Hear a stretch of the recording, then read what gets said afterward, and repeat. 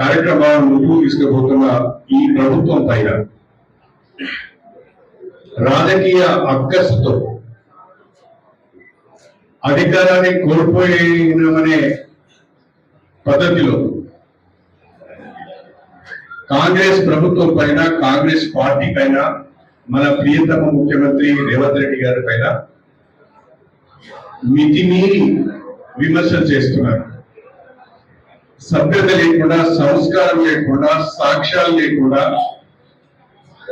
ప్రభుత్వాన్ని విమర్శించడమే ధ్యేయంగా పెట్టుకొని బీఆర్ఎస్ పార్టీ, బీజేపీ పార్టీ పనిచేస్తున్నారు. దీన్ని తీవ్రంగా తిప్పికొట్టవలసిన బాధ్యత మనందరిపైన ఉన్నది. కాంగ్రెస్ పార్టీ కుటుంబ సభ్యులుగా మనమందరం కూడా బీఆర్ఎస్ పార్టీ, బీజేపీ పార్టీ చేస్తున్న దుష్ప్రచారాన్ని తీవ్రంగా తిప్పికొట్టవలసిన అవసరం ఉన్నది. 10 సంవత్సరాలు అధికారంలో ఉన్న బీఆర్ఎస్ పార్టీ రాష్ట్రంలో వ్యవస్థలన్నింటినీ ఏ రకంగా నాశనం చేసిందో, అధికారం అంతా ఒక కుటుంబం చేతిలో పెట్టుకొని ఏ రకంగా నిరంకుశ పాలన కొనసాగించిందో, తెలంగాణ వనరులన్నింటినీ ఏ రకంగా దోచుకున్నారో మనందరికీ కూడా తెలుసు.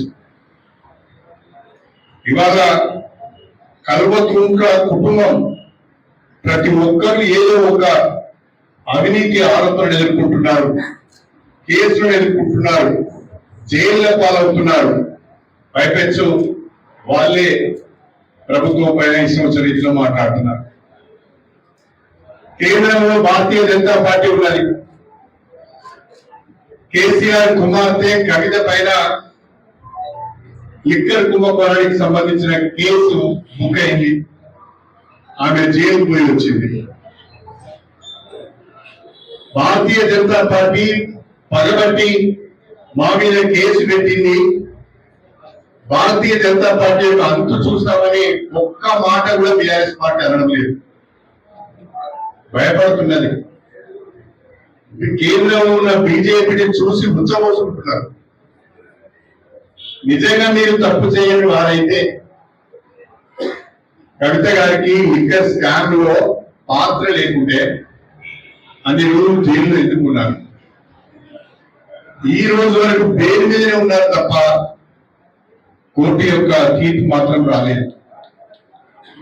మరి నిజంగా మీకు అన్యాయం జరిగి ఉంటే, బీజేపీ మీ మీద తప్పుడు కేసు పెట్టి ఉంటే, మరి కేసీఆర్ ఎందుకు మౌనంగా ఉంటున్నాడు, కేటీఆర్ ఎందుకు మౌనంగా ఉంటున్నాడు, కేంద్ర ప్రభుత్వం పైన, మోదీ పైన ఎందుకు దాడి చేయడం లేదు, ఎందుకు విమర్శ చేయడం లేదో ప్రజలు అర్థం చేసుకోవాలని నేను కోరుతున్నాను.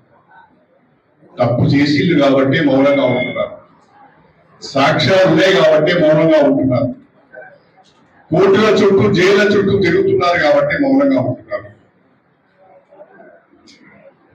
ప్రజల నుంచి సానుభూతి పొందాలనే ప్రయత్నం చేస్తున్నారు. అది ఎట్లా సాధ్యమైంది మనం ఆలోచించాలి. కేటీఆర్ గారు తెల్లారి లేస్తే ఒక మాట అంటున్నారు, ఈ మధ్య నేను జైలుకు వెళ్ళడానికి ఏదో సిద్ధం అంటున్నారు. మరి కడియం శ్రీని జైలుకు పంపిస్తలేరు, కడియం శ్రీని పోలీస్ స్టేషన్ ఎందుకు పిలుస్తలేరు, కడియం శ్రీని పలానా అవినీతి చేస్తే నువ్వు జైలు పెడతామని ఎందుకు అంటలేరు. మరి గుమ్మడికాయ దొంగ అంటే భుజాలు తీసుకున్నట్టు నేను జైల్లో పెట్టిన పోవడానికి సిద్ధం అంటున్నారు. అసలు నేను జైల్లో పెడతారని కనబడలేదు. అంటే ఎక్కడో తప్పు చేశావు, అధికారంలో ఉన్నప్పుడు అధికారాన్ని అడ్డా పెట్టుకొని దోచుకున్నావు కాబట్టి, తప్పు పనులు చేశావు కాబట్టి, ఆ తప్పు పనులని ఇవాళ కాంగ్రెస్ ప్రభుత్వం వెలికి తీసుకున్నది, విచారణ చేసుకున్నది. తప్పకుండా జైలు పోవాల్సిన పరిస్థితి వస్తుందని తెలిసి నేను జైలు పోవడానికి సిద్ధమే అని చెప్పడం అంటే ప్రజల సానుభూతిని పొందటారు. అయ్యో కేటీఆర్ చెప్పింది కదా ముందుగానే జైలు పోతారని, అన్నట్టు జైలు పెట్టిండు అని ప్రజలు అనుకోవటారు. ఈ డ్రామాలు ఆపండి, ఈ డ్రామాలు కట్టిపెట్టండి. నిజంగా మీరు నిజాయితీ పరుడే అయితే ఎందుకు జైల్లో పెడతారు, ఎందుకు మీ మీద కేసులు వస్తాయి? అవన్నీ కూడా విచారణ దశలో ఉన్నాయి. కేటీఆర్ ఆ రకంగా అవస్థ పడుతున్నాడు. ఇక కేసీఆర్ మీద, హరీష్ రావు మీద త్వరలోనే కాళేశ్వరం అవసరాల పైన వేసిన కమిషన్ లో హాజరు కావాలని నోటీసులు ఇచ్చింది.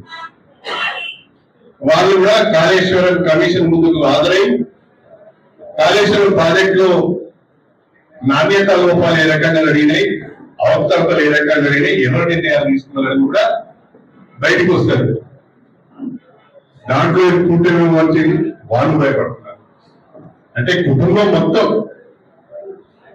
మొత్తం 10 ఏళ్ల కాలంలో విచ్చలవిడిగా అవినీతికి పాల్పడి, అధికార నిర్ణయాలకు పాల్పడి, చేసిన తప్పులు ఒక్కొక్కటే బయటికి వస్తుంటే, ప్రజల దృష్టికి వస్తుంటే, విచారణలో అవన్నీ కూడా వీళ్ళు తప్పు చేసినట్టు తెలుస్తూ ఉంటే, తేలుతూ ఉంటే, వాటి నుంచి ప్రజల దృష్టిని మరల్చడానికి కాంగ్రెస్ ప్రభుత్వం పైన విపరీతమైన దాడి చేస్తున్నారు. సోషల్ మీడియాలో దాడి చేస్తున్నారు, పత్రికల్లో దాడి చేస్తున్నారు, ఛానల్స్ లో దాడి చేస్తున్నారు. అవసరం అనుకుంటే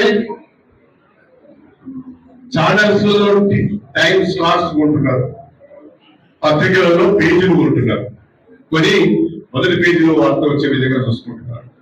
ప్రైమ్ న్యూస్ లలో ఛానల్స్ లో వచ్చినట్టుగా చూసుకుంటున్నారు. ఎందుకంటే నిధులు కూడా బాగా ఉన్నాయి, డబ్బులు కూడా బాగా ఉన్నాయి. దీన్ని దయచేసి కాంగ్రెస్ పార్టీ కార్యకర్తలను కూడా అర్థం చేసుకోవాలి. కష్టపడి తెచ్చుకున్న ప్రభుత్వం పైన సంవత్సరం పూర్తి కాకముందే అది చేయలేదు, ఇది చేయలేదు, అది కాలేదు, ఇది కాలేదని నానా రకాలుగా మాట్లాడుతున్నారు.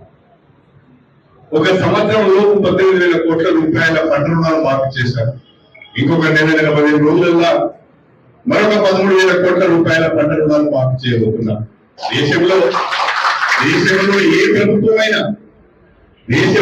ప్రభుత్వమైనా ఒక సంవత్సరం లోపు 42 లక్షల మంది రైతులకు 31,000 కోట్ల రూపాయల పంట రుణాలు మాఫీ చేసిన చరిత్ర ఉందని నేను అడుగుతున్నాను. ఉంటే కేంద్ర మంత్రి కిషన్ రెడ్డి చెప్పాలని నేను అడుగుతున్నాను. భారతీయ జనతా పార్టీ ఏనాడు కూడా వ్యవసాయాన్ని పట్టించుకోలేదు. రైతు రుణమాఫీ చేయడానికి ముందుకు రాలేదు. రైతు రుణమాఫీ చేస్తుంటే దాన్ని అడ్డుకునే ప్రయత్నం చేస్తున్నారు. రుణమాఫీ సరైనది కాదని చెప్తున్నారు. వాళ్ళు కూడా కాంగ్రెస్ పార్టీ పైన విమర్శలు చేస్తున్నారు. మనము కాంగ్రెస్ కష్టపడ్డాము, కాంగ్రెస్ పార్టీ అధికారంలోకి వచ్చింది, ఇక మన పని అయిపోయిందని చెప్పి చాలా మంది బీజేపీ వాళ్ళు చేసే విమర్శలు మనం పట్టించుకోవడం, దానిపైన మనం స్పందించడం లేదు. దయచేసి మనందరం కూడా యాక్టివ్ గా ఉండాలి.